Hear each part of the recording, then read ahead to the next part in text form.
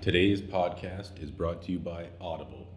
Get a free audiobook download and 30-day free trial at audibletrial.com/ladykillers. With over 180,000 titles to choose from for your iPhone, Android, Kindle, or MP3 player. And for all of you listeners out there of the Lady Killers podcast, Audible is offering a free audiobook download with a free 30-day trial to give you the opportunity to check out their service. I just actually finished listening to the unabridged version of The Hobbit by J.R.R. Tolkien. And, that's a book I've read probably 20 times in my life, and it's even better than it ever was listening to it as an audio file. I was on a road trip, and it swept me away, put me into that story, and I felt like I was on a journey with one of those characters. So, maybe you're not into fantasy, though, and you just want a thriller that'll go along with your serial killer podcast. So there's The Girl on the Train, which is a good option. So check it out, It's all entirely up to you. To download your free audiobook today, go to audibletrial.com/ladykillers. Again, that's audibletrial.com/ladykillers for your free audiobook. Welcome to Lady Killers, a podcast about female serial killers. I am your host, Abraham Archambault. Let's go dig up some bodies.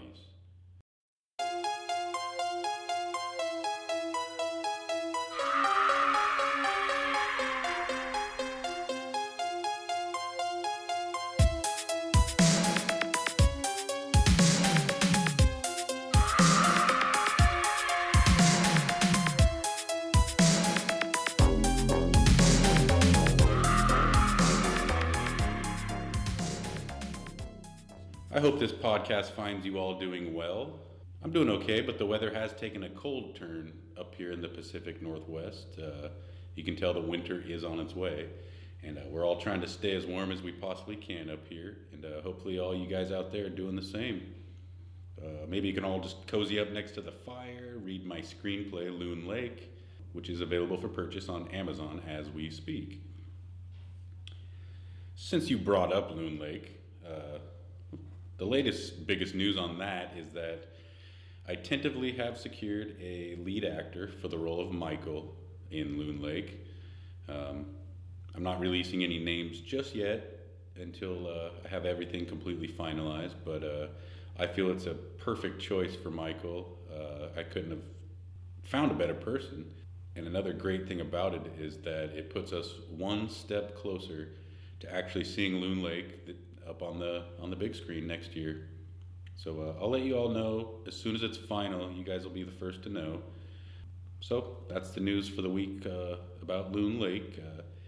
Let's get on with the podcast.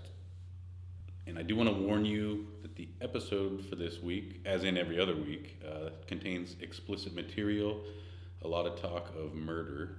So you have been warned. So getting on with Lady Killers. If you are unfamiliar with this podcast, if this is your first episode that you're listening to, Lady Killers, it's a podcast about female serial killers, since we always hear way too much about the men that are serial killers. I think we need to see some of the crazy women that are out there as well. Every episode we will pick a female serial killer from a different state in the United States each week until we make our way through the entire country. And the lady killer for this week, she did all of her heinous deeds in the state of Massachusetts. So for all of you out there from Massachusetts, this one's for you. Many people claim that she's the first serial killer in the United States. And it's probably true as far as the amount of deaths that surrounded her. It's definitely a possibility. But come along with me. We're hopping in the Wayback Machine today, folks. Let's jump in and talk about the atrocious Jane Toppan. Jane Toppan was born Honora Kelly on March 31st, 1854 in Boston, Massachusetts, to poor Irish immigrants Peter and Bridget Kelly. Now, from this point on, I'm just going to refer to her as Jane. That wasn't her birth name. It ended up being an adopted name that she picked up along the way. But from this point on, I'm just going to go ahead and refer to her as Jane, just to avoid any confusion. So going to Jane, not very many records survived for Toppan's early years. Anything that did survive really does paint an ugly picture for her, and possibly, what her future would bring. Her mother, Bridget, she died of tuberculosis when Jane was very young. So she really didn't have a positive female role model in her life. Her father, Peter, he was a well-known eccentric alcoholic around town. He was extremely abusive, and he actually earned the nickname Kelly the Crack, as in crackpot, around town. And it was just due to all the rumors that were spreading around town about Peter, his insanity, his madness. And one of the most popular and sadistic rumors about Peter, his insanity pushed him so far that he was a tailor. That was his job, his trade. But during one day of sewing some clothes, he decided he wanted to sew his own eyelids shut. So he did this, and that's how he was found. And from that point on, he would live in an asylum for the rest of his life. So that's just one little tidbit there. So once we find out what Jane Toppan actually did here, it's not going to be any surprise that the same blood of Peter Kelly ran through Jane's veins. After the death, in 1863, a few years after his wife's death, Peter Kelly took his two youngest children, 8-year-old Delia and 6-year-old Jane, to the Boston Female Asylum. This was an orphanage, basically is what they used to call them, for indigent female children. He didn't give any reason why he was bringing the children to transfer them to the orphanage, but some of the documents from the asylum had notes that stated these girls were, quote, rescued from a very miserable home. And I'm not shocked at all, and I don't think any of you out there should be shocked. He was a raging and abusive alcoholic, and he likes to sew his eyelids shut. I don't think anybody should be surprised that he was unable to raise his daughters on his own. It turns out that the Boston Female Asylum, it was not a vacation spot for those two girls either.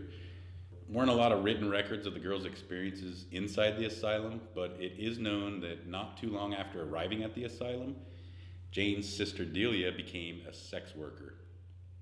Now, here's where it gets a little tricky because I found conflicting reports about how old she was at the time she became the sex worker. It was anywhere between the ages of maybe 8 up to even 12, I saw at some points, but I don't think that really matters the age. I mean, a 10-year-old becoming a sex worker, it's completely disgusting, and it's a sign of how disgusting it was at that time. There was also an older sister named Nellie. She did not join them at the Boston Female Asylum, but she was committed to a different asylum, which it ended up being the same asylum that their father was committed to as well. And so Nellie, she would live her entire life in that asylum, no future at all. And then there was also, the future was not too bright for Delia and Jane either. But anyway, let's get back to Jane. A little less than 2 years after her father dropped her off at the asylum, little Jane was placed as an indentured servant in the home of Mr. Abner Toppan and his wife Anne of Lowell, Massachusetts. So you have 3 sisters, all of them torn apart from one another and sent to be 1, a prostitute, 2, an indentured servant, which we'll just go ahead and call her a slave, and 3, one that was locked away forever in an asylum due to her insanity. It's a good thing because she probably locked away before she could sew her own eyelids shut, or something even worse than that. So Jane was adopted by the Toppan family, and she assumed the surname of Toppan, as I mentioned earlier, and so she went by Jane Toppan, and she lived as one of them. It was said she got along very, very well, and Elizabeth was her foster sister. She was said to be very, very pretty, but they were all very privileged. And, they already had a daughter, and Elizabeth didn't need some other girl coming into their life, mixing things up. So she, I don't think she wasn't a very good sister to Jane. She treated her pretty horribly. While Jane was there, she would see how people with money were treated, how they lived, and she really wanted that so much for her life. So she excelled during her school years, and it seemed as though there was some promise for her future, like she was actually going to come out of this okay, unlike her sisters. Maybe she was going to be just one that would actually succeed and live a normal life. And apparently, it was said that all she ever wanted was to just meet a rich man who cared deeply for her, who wanted to take care of her, who would whisk her away and marry her. She already had a problem with trusting people, and that distrust would grow even more when she was left at the altar at the age of 19. So she thought she was getting married. She thought this rich man was actually going to fulfill her fantasy and whisk her away to where she would live happily ever after. But all those previous hopes of being whisked away by her knight in shining armor were instantly dashed in that moment where she was left at the altar. This would also be the beginning of her descent into madness. Shortly after, she attempted suicide, and it wasn't just one occasion. She attempted it pretty frequently. She was crying out for something, that's for sure. Apparently, she also had a period of very strange behavior where she became obsessed with people and their dreams. Somehow she got it into her mind that she could analyze people's dreams and that those dreams actually could predict the future. So she's diving into some interesting things here. She thought she could analyze people's dreams and predict the future. I wonder if she saw all the bodies that she left in her wake during an analysis of her own dreams. I don't know if she did that. Just something I like to think about. So after a few years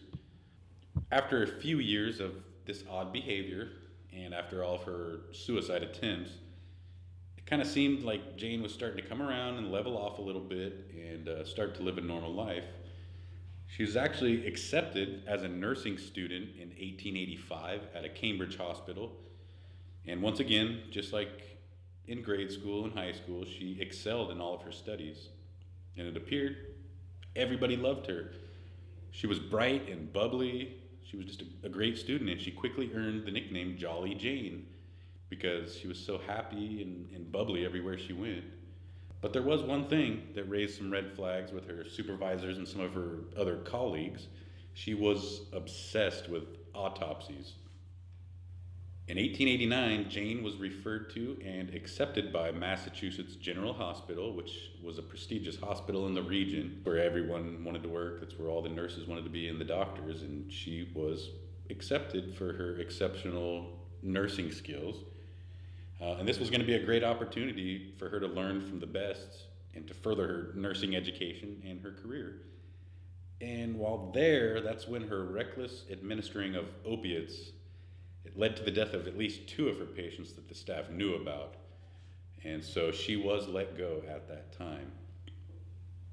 Jane Toppan returned to Cambridge and she resumed her role as a nurse there. And so things started to progress normally for a stretch until 2 more patients were found dead while under Jane's care. The deaths were deemed mysterious, and so they let Jane go without her achieving her certificate as a nurse. But that wouldn't be a problem for Jane because she found a good workaround. She found work as a private nurse, and this was where she would make either house calls to private homes or she would be a live-in nurse for a lot of older people that were sick and dying. She didn't have her nursing certificate, but that was something she just forged. Any of the necessary paperwork that were needed for her employment, she forged them.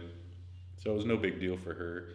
And she actually would work in this fashion for the next 2 decades without incident. Before we leave the hospital in Cambridge, I should point out a few things that Jane did. In my opinion, these were some huge red flags. It's definitely something that would never happen today. She loved to experiment with her patients. She would administer various drugs, mostly morphine and atropine. She would alter the dosages to see what the effects on the patients would be. So they were essentially these old dying people were Jane's guinea pigs for different opiates to see what the reactions, she wanted to see what it did to their nervous systems. And on many occasions, she would administer the drugs, and then she would climb into the bed with the patients as they drifted in and out of consciousness. When she was arrested later on, she said she used to do this because she wanted to be as close to them as possible as they neared their death. And then she wanted to bring them back from the brink of death, hold them close to her as they approached death once again. And then I never found out if she actually practiced any sexual activity with the patients. There was no proof that was found, but authorities heard her saying at one time that she did achieve some sort of sexual thrill by conducting these experiments, which is pretty interesting. She got off actually by trying to play God. She would bring them to the brink of death, and then she would save them, and then she would take them back to the brink of death, and so forth and so on. She would go back and forth till they finally expired there in the bed as she held them in her arms. This just goes to show the differences in the serial killers from back then and what you would compare today. Today, all statistics show that not very many women kill for sexual satisfaction. It's all for monetary gain or some sort of revenge. So, this was, Jane Toppan was definitely a first in many things that she was doing at the time. But at any rate, Jane would continue to practice as a private nurse throughout New England, assisting elderly patients who couldn't help themselves. And that went on for about 5 years without anything happening. The only thing that really stood out about Jane's time up to this point is that many of the homeowners would complain that she was a thief. Just petty thief is what they called her. Apparently she would steal a little bit of this, a little bit of that from different homes, but nothing really large enough to warrant any charges to be brought up against her. So that's what she would do. Little trinkets and stuff she would steal out of the homes. Nothing too serious. But aside from those petty thefts, it seemed as though Jane had found a purpose in her life to help and assist dying elderly patients. All was well until 1895, when Jane began her notorious poisoning spree. Her landlord, Israel Dunham, and his wife Lovely were her first victims. Now I should say her first known victims, because after we're done with this, you'll see that she probably started a lot longer before this. But as far as when she kind of dropped onto people's radars, it was her landlord, Israel Dunham, and his wife Lovely. So after they died, she waited another few years and decided she was going to return to her foster sister, the Toppan family, and find Elizabeth. And she finally found her, and she dosed her with strychnine in 1899. Now, strychnine, for those of you who don't know what it is, was commonly used in pesticides back then, and it was used to kill small birds and animals, most notably rats. So when you hear strychnine, you think rat poisoning. So that's exactly what she did when she paid Elizabeth a visit.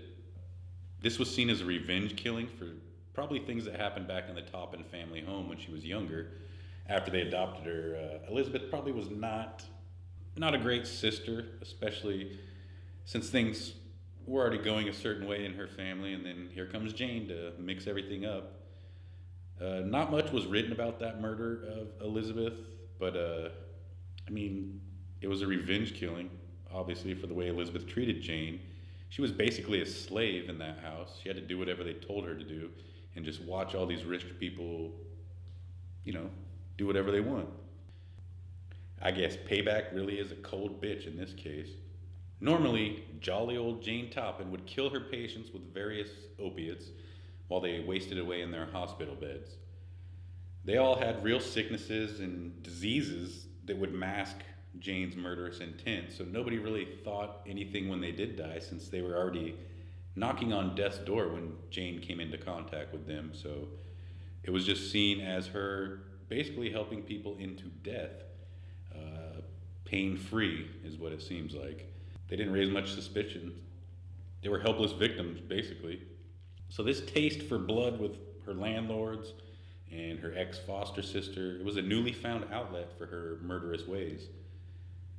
I don't think she was no longer sated with killing those who already had a death sentence in their hospital beds. She needed live people, young, virile people that maybe she could take care of. So that was another thought going through her mind. In 1901, Jane Toppan moved to Calumet. I hope I am pronouncing that correctly for all you Massachusetts natives out there. Calumet, 1901, she moved in with an elderly man by the name of Alden Davis and the rest of his family. They were seeking assistance because Alden's wife, Maddie, had died recently, and he needed someone to look after the house and help take care of him. Now, interesting fact that I found out was Maddie, Alden Davis's wife, was actually murdered by Jolly Jane just a month earlier. And so this was the main reason that Jane moved in with the Davis family anyway, was to help them get over the death of Maddie. So Jane moved in, and within a couple of weeks, she killed Alden Davis. Now, along with Mr. Davis, she decided to murder his daughters, Genevieve, who went by the name of Annie, and Minnie, who went by the name of Mary. All of those victims were administered shots of morphine and atropine by Jane Toppan at some point in her duties as nurse in that house. And so she had officially graduated into murdering non-hospitalized victims, victims that actually didn't even have death already looming over their heads. She just chose new victims. After finishing off most of the Davis household, Jolly Jane returned to her hometown, where she planned to murder another old foster sister of hers named Edna. And the plan there was to kill Edna, get her back for whatever wrongdoings happened during her childhood, and then steal her husband away. And, I gotta hand it to Jolly Jane here. She never forgot about being wronged by all the different people that she came across throughout her troubled life. She held some serious grudges, and she followed through with her own twisted vengeance. She succeeded in murdering Edna, and she immediately began courting her foster sister's widower. She actually poisoned him, and she tried to nurse him back to health. And this would show that, she was trying to prove her worth and make him fall in love with this amazing angel. She even went as far as taking the poison herself to evoke some sympathy, make it look like she was sick along with him. But he caught on to her plan pretty quickly, and he ousted her from his home. Now, some suspicions were definitely raised by the remaining members of the Davis family back in Calumet. The surviving members ordered toxicology exams on Alden, who supposedly he had died from a stroke, but they ordered toxicology exams for him and for the youngest daughter, Minnie. These reports came out, and they found out that Minnie had indeed been poisoned with lethal doses of morphine. So the local police, they put out a detail to find this Jane Toppan, but she had already fled the Davis house, and she presumably left the entire Boston area. On October 29th, 1901, the authorities finally caught up with Jane Toppan, and she was arrested for murder she was in Amherst, New Hampshire at the time, and they got her in, and she originally confessed to killing the members of the Davis family, but she said that wasn't it. She also had 11 other victims fresh on her mind, so she rattled off those names. And at the time of her apprehension, she was already moving on to a new patient. She was nursed to a new patient, probably planning on murdering her as well. So it's a good thing she was caught at that time, because it would have just continued on the way it looks here. By the next year, in 1902, Jane had copped to murdering at least 31 people. Those are just the 31 victims that she could actually come up with their names. Apparently there were many, many more, but she couldn't remember any of the names of them. A lot of the families of the victims, they didn't want to be involved in any of these investigations, because back then they immediately would dig up the body. I don't hear that happening a lot these days, but back then exhumation of the bodies was huge, to have autopsies performed on these bodies to check for, foul play.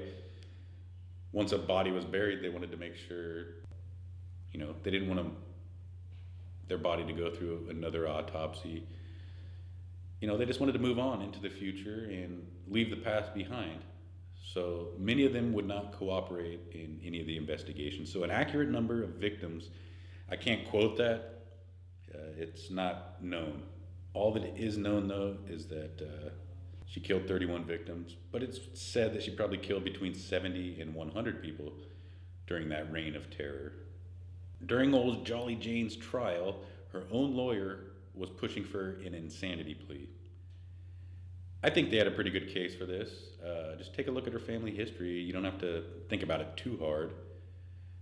She had her father committed to an asylum. Her older sister was also committed to an asylum. Multiple suicide attempts. It's kind of all just laid out there for her.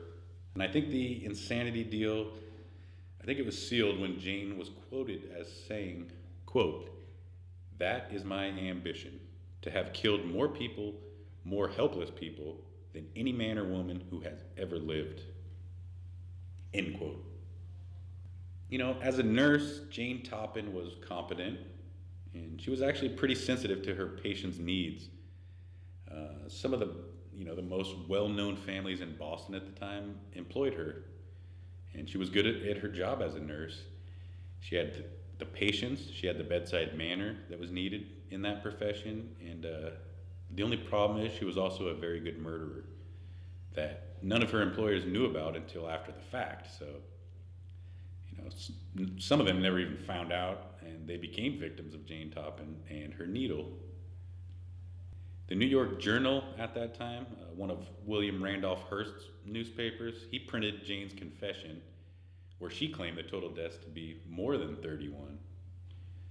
It was also printed that she wanted to be found guilty by insanity, because if she was found guilty by the insanity, this might actually give her a chance to be released sometime down the road. But on the contrary, during her trial, she insisted that she was sane the whole time. So we have those conflicting facts there. It was said that she wanted to plead, that she was sane and that she was guilty, possibly, to be released. And then on the other hand, she's saying she's insane. She couldn't make up her mind whether she wanted people to think she was crazy or not. I think she knew what she was doing. I think she knew what the consequences were going to be by doing the things she was doing. I really don't know what her true intention during the trial was. All I know is that she didn't want to be locked in an asylum. I think she wanted to be back out there as a nurse. She really probably had true intentions as a nurse. It just, her mental capacities were limited. I think she probably was insane, and that got involved and, got all mixed up in her good intentions. And, nevertheless, she was found not guilty by reason of insanity, and she was confined to a state asylum in Taunton, Massachusetts. Again, I hope I'm pronouncing that correctly for all you out there. And Taunton is where she would remain for the rest of her life. Many of the orderlies and people that looked after her during her stay in the asylum said she was just a quiet old lady, didn't bother anybody. And she feared that the guards were going to poison her food or her drink, kind of as a payback for all those people that she had killed. Maybe she was looking for sympathy, the same way she did when she tried to woo the widower of her dead ex-foster sister. I don't know. There were also many others in that asylum that kind of contradicted that story. They claimed that she was the same cold and calculated killer in the asylum that she was out in the real world. It was said that she begged some of the guards to let her have some morphine so she could administer her famous shot of death to some of the other patients at the asylum. One orderly in the asylum claimed that she once said, quote, "Get some morphine, dearie, and we'll go out in the ward. You and I will have a lot of fun seeing them die." End quote. So even locked away forever, she still had that itch. Jane Toppan would end up dying in August of 1938 at the ripe old age of 84 from natural causes. The angel of death had finally met her own. She never ended up leaving Taunton, and she is buried there in the Mayflower Hill Cemetery in Bristol County. So there you have it, kiddies. Jane Toppan, America's first female serial killer. I hope you enjoyed it. And remember, if you feel the urge, you can always support this podcast by clicking the link in the liner notes for this episode. If not, just enjoy these free weekly episodes. Share them with your friends. Let them know what we have out there. This has been Lady Killers. I am your host, Abraham Archambault. I hope you have sweet dreams.